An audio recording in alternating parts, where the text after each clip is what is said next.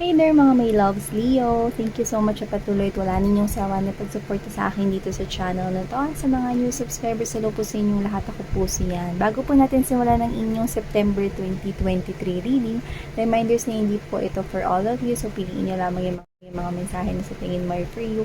At kung feeling mo na ang reading ito ay para sa'yo, then this reading might be para sa'yo. And syempre, timeless ito at wala rin tayong gender dito. Kaya naman, kahit cross-watcher ka, welcome ka rin here. Just only what take no? Just only take what resonates with you, Leo. So, let's see. Spirits and Angel, guys, Archangel Michael, messages for my Leo for the month of September 2023. Messages for my Leo for September 2023. Nutrition. This is for Leo, September 2023. Yes.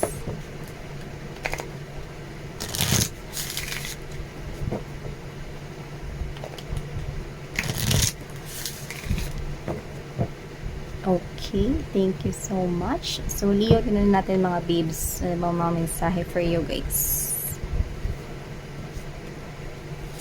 So, we have here the chop wood. Looks like you're cleaning, okay, something in your life. Okay, with the number 42, this is you. Mag-isa mo itong ginagawa, no? You're doing all the works right here. Ibig sabihin, nakikita ka nag-general cleaning ka dito. Okay?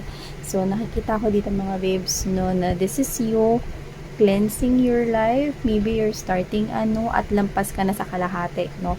Ibig sabihin, pwedeng healing ka na, or palabas ka na sa isang dark tunnel rito, tanggap mo na, no? You're moving forward with your life, no? Lampas ka na sa kalahati dito ng pag-cleaning ng life mo, no? Yung iba, pwedeng ang ginagawa ninyo, no? Kasama din sa cleaning na yan, yung binubura ninyo, nililinis ninyo yung mga friends list ninyo sa Facebook, yan, no? Or sa mga followers ninyo, nagtatanggal kayo pag hindi nyo kilala, chupi.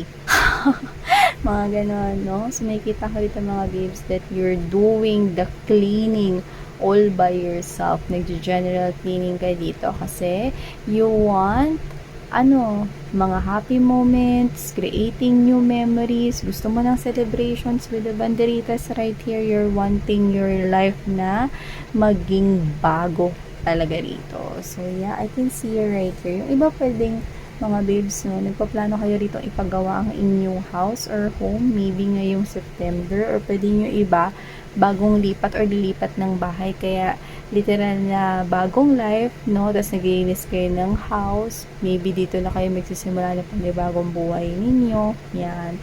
Meron kayo sinisimulan ngayon na bago, and I can see you open arms na ina-accept ninyo, no, ang buhay ninyo ngayon. No, tapos na ang mga pagbabalik tanaw sa lahat ng kabikuan sa nakaraan. Ito ka ngayon, no? Talaga naman you're standing your ground and you're moving forward. And yeah, there you go. Tinan mo. Tuloy-tuloy yung banderitas, so. Dito parang sepia, parang old look pa dito, no? Pero dito may mga makukulay na. So, see, nasa gitna ka na kasi ng lahat. Kasi with the to be fair, you want to be fair at maging patas sa sarili mo. Number 38 is standing out right here. When you add it up, ilan? 3 plus 8 is 11. So, ibig sabihin mga babes, no, you're on the right path right here sa mga pinaplano mo sa life. I can see you here that you're doing all the work. Yeah, I know, hands rin yung nasa likod nun. So, ibig sabihin, you're working really hard na mas mapabuti, mas maging clear ang sky mo dito, at mas matupad mo rito ang lahat ng pangarap mo sa sarili mo. Okay? You're giving your all, no, at maaaring sinisimulan mo na yan ngayong September 2023. So, meron ako nakikita dito mga may na-achieve ka na mga bago sa buhay mo, at natutuwa ka kasi yan naman talaga yung gusto mo, no, yung mga pagbabago, yung mga bago, yan, no. So, you're out with the old and in with the new. And we have here the mending. So, yeah, I can see right here that you're listening now to your friends. Dati kasi hindi ka nakikinig sa kanila. Okay? Ikaw to na parang meron ka kasing sarili rito na parang sarili mo lang pinapakinggan mo noon, no, to the point na nadi-disregard mo yung mga sinasabing advices ng iba kahit na may laman naman, no. So, maaaring ikaw to na talagang nagpatangay ka na talaga, no. Go in the flow ka na talaga mga babes, no, with the number 52 right here. This is you, nakinig ka na into your spirituality, into your intuition, nakinig ka na maaari sa mga friends mo at sa family mo, sa parents mo, no, sa mga taong malalapit sa'yo rito. Kahit tingnan mo, no, banderita sa yung hawak mo dyan. So, ibig sabihin, kasama mo sila, no, dito sa pagpapagaling at dito sa pagpasok mo rito sa panibagong buhay na gusto mo para sa sarili mo. So, yung iba nagsisimula ka na ngayon. Yung iba actually, wag nyong isipin na late na ito. No? Kasi iba nakakuha ko rito, parang iniisip ninyo, late na ako nagsimula na magbagong buhay rito. Sana pala noon ko pa kinalimutan yung mga nakaraan niya. No? Mga babes, walang talagang timeline dito. Okay? Hanggat buhay ka at hanggat nangangarap ka, push. Okay? So, wag mo nang isipin yung nasayang na oras, no? Or yung mga bagay rito na nag-doubt ka before. Kasi ito ka, no? Na may bagong buhay ka na hinaharap at kinikreate for yourself. Dito ka na mag-focus. Okay? And you have your companions here, your soul tribe, your family, your friends, the genuine people around you. Yan, sila yung magiging support mo rito. Yan, sinikita ko rito. Meron kang mga nililinis rito, no, ng mga friends. Inaalis ang mga buhay mo, you're cutting them out kasi pwedeng hindi naman sila, alam mo yun, no, hindi naman sila ganun ka-involved sa buhay mo or whatever, no. Ayaw mo ng display lang dito, no. Okay na sa'yo yung konti lang yung mga kaibigan at mga kilala mo, at least totoo naman yan. Ikita ko dito sa'yo. And we have here the come to the edge. Yeah. Nakikita ko rito, no, na ikaw to na palabarn ka na ngayon. Yeah. Alam mo, dinala ka ng mga pagsubok sa buhay, no, sa pinakamatapang, no, minoldi ka sa pinakamatapang na ikaw. Dumaan ka sa pinakamabibigat at pinakasukdulan, no, na parte ng mga challenges at pagsubok ng buhay mo in the past, kaya mas matatag ka na ngayon. Come to the edge is hindi madali, no, especially wala ka namang harness dyan. Pag nalaglag ka dyan, di bye-bye, mga ganon. So, kung sino man to mga energies na nandito, saludo ko sa inyo kasi matatapang kayo. Dahil talagang dumating kayo sa punto ng buhay ninyo na halos pasuko na kayo, pero dahil inilabern mo pa rin. Yan, no? So, very good. Tapos ngayon, nangangarap ka na ulit, no? Yung alam mo yun, yung wala mong kulay na mundo ay pinapalitan mo rito ng isang makabagong mundo, yung makulay na talaga. And I can see you here living your life once again na parang bagong silang ka pa lang sa mundo. Very good. Okay, and at the bottom of the deck, exactly, higher power. You are being guided here sa new life na kinikreate mo para sa sarili mo. See? Nakinig ka na kasi. Nabuksan mo na rito, na-unlock mo na rito mga babes, no? Yung kumbaga, yung spirituality mo. Niintindihan mo na ngayon, no, na merong universe, na may angels and spirit guides, and you're listening now, paying attention to your to the things that the universe is telling you, angel numbers, no, at lahat pa ng mga signs and clues like butterflies. I can see you connecting with the Gaia. I can see you connecting here with the higher source and with the higher power right here. And yeah, you're letting go of control. This is you relaxing. Go with the flow. I can see, mga babes, that this is now the best time for you to relax. Okay? And let the universe guide you to where you should be. Napaka-calm, napaka-kalmado, napaka-serene, alam mo yun, kung saan ka papunta dito, it's something magical, it's something relaxing, like you do not need to stress out and overthink. This is the new life that you want, and this is what is heading papunta sa'yo. See, look at that, diba? Yung payapa lang, wala ritong kahit na ano man na nagpapastress, no? Galing ka na ron, no, sa matinding laban at sabak ng buhay mo. So, tapos ka na ron, Leo, okay? Oras na para ikaw ay sumaya naman, no, at makapagpahinga sa lahat ng gulo, sa lahat ng away. This is you, okay? Tapos ka na sa lahat ng mga drama sa buhay mo. Hindi, eto ka na, papunta ka na sa mas payapa, papunta ka na sa mas maalawan na pamumuhay, nakikita kitang motivated na harapin ang bagong mundong kinikreate mo for yourself. So, kuha pa tayo. Leo. Oh, I can see an offer of love coming from a romantic person. Knight of Cups energy. This person will do everything para makuha ang atensyon mo at pwedeng mga babes, no? Yan ay katrabaho mo rito.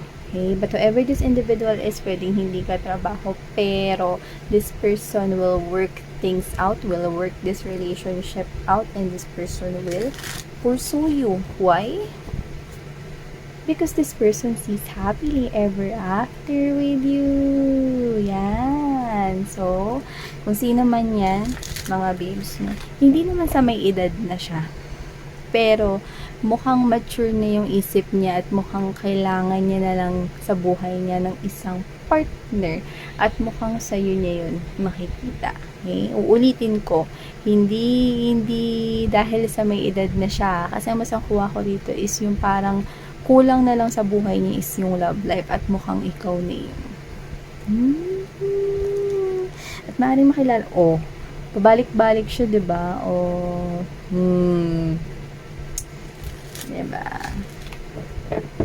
So, sigurado na talaga itong tao na to sa inyo. Nakita ko rito.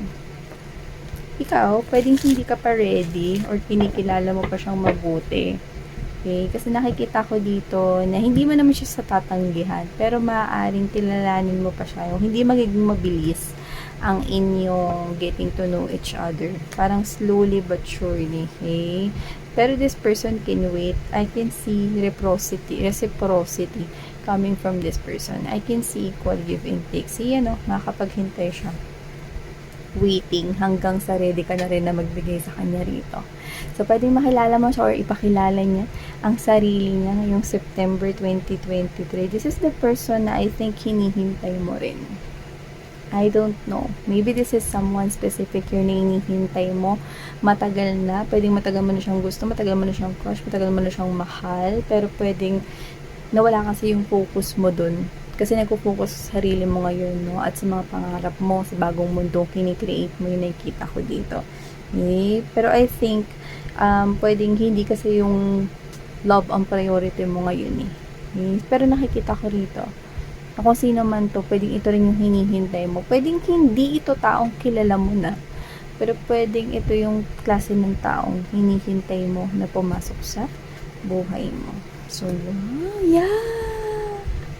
Well, magtatagumpay rin pala because this is victory over a long battle right here. I can see you being in a relationship with that person, Leo. Kung sino man siya.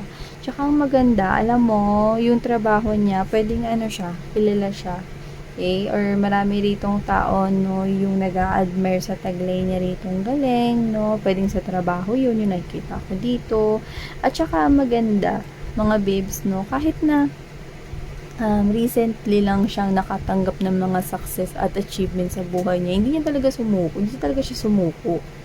Kasi nakukuha ko rito, parang ito lang naramdaman niya na parang umaangat na yung buhay niya. Yung nakikita ko rito. So, parang galing rin siya sa struggle. O kaya dati, sobrang hirap ng mga pinagdaanan niya siguro bago siya nakaipon na ng bongga, diba? Or bago niya naabot dito yung posisyon na gusto niya. Dumaan talaga siya rito sa hardships. Yeah. So, dahil sa pagiging masipag, no, sa diligence niya rito at perseverance, nakikita ko rito na nagtatagumpay siya. Okay? At magtatagumpay pa siya more. Yung nakikita ko dito. Yan. So, hindi naman talaga siya as in late bloomer. Late bloomer. So, yeah, I can see na ipagpapatuloy niya pag-express ng kanyang damdamin para sa iyo, Leo. Nakita ko rito. At ikaw, marami kang achievements, no, sa future, hindi lang ngayong September, no. Maaaring may magsimula na ngayong September, mga babes. At nakikita ko na magtutuloy-tuloy pa ito hanggang 2004. At nakikita kita dito na mas makokontrol mo rito. Actually, success, eh. Mas makokontrol mo na rito, no, yung life mo to the point na nakikita kitang may sarili ka ng business, kung yun yung bet mo, no, sa 2023, nakikita kita dito na ma-achieve mo rito yung promotion na gusto mo, something to do with Excel, no, may ascending na nangyayari rito sa trabaho mo, sa pera mo, yung nakikita ko dito, Leo. Kaya, ewan ko kung Meron atang nakukuha ko rito na meron kaya rito unexpected na bisita galing sa malayo. Okay? Pwedeng ang sakyan niya is barko or ship or pwede ring airplane. Okay? This is someone here na pag dumating siya, siguradong may inuman. Yung nakita ko dito or may kasiyahan yan. So, could be a family member or an old friend na matagal kayong hindi nagkita. So, pwedeng isa itong sorpresa na invitasyon or pag-visit sa iyo. Yan, no? At nakikita ko dito na meron ka talaga rito na mas makokontrol mo pa yung life mo, no? Sa 2004, nakikita ko yun dito. Mas may asenso kung nakikita sa'yo dito mga babes, no? Plus yung partner mo rito, okay? O whether you're connecting with this person already right now, I can sense, no, na motivated din itong tao na to na pag-ibayuhin yung buhay niya. Okay? Ang ganda. Kasi hindi ko siya nakikita ritong aasa sa'yo. Okay? Kasi nakikita kong paganda yung buhay, may paganda yung trabaho at paganda yung pera mo. No? Yung money flow mo paganda, may babes eh. Nakikita ko dito. So, the bottom of the deck, yeah, you're really standing out. Queen of Wands energy. See, you're starting big. Diba nagsisimula ka ng bagong buhay mo? Yan, ang laki ang laki ng coin mo rito. So, ibig sabihin, drinab mo tong opportunity na to. Kaya eto mga babes, no?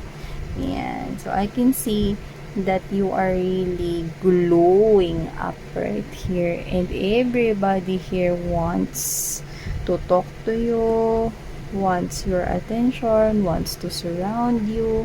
Hindi lamang sa mga admirers, no, kundi pati yung mga taong gusto rin dito na matupad ang kanilang mga pangarap, no. Kasi ang Queen of Wands, yung mga sinasabi ng isang Queen of Wands, pinakikinggan eh. So, ibig sabihin, gusto marinig ng iba, no, yung success stories mo, gustong gawin ng iba, yung mga tips na ibibigay mo sa kanila para umasenso rin sila. So, nakikita ko rito, no, na marami ritong tao ang hahanga pa sa inyo. So, thank you so much, Leo. Sarang ngayon, love and life. Annyeong.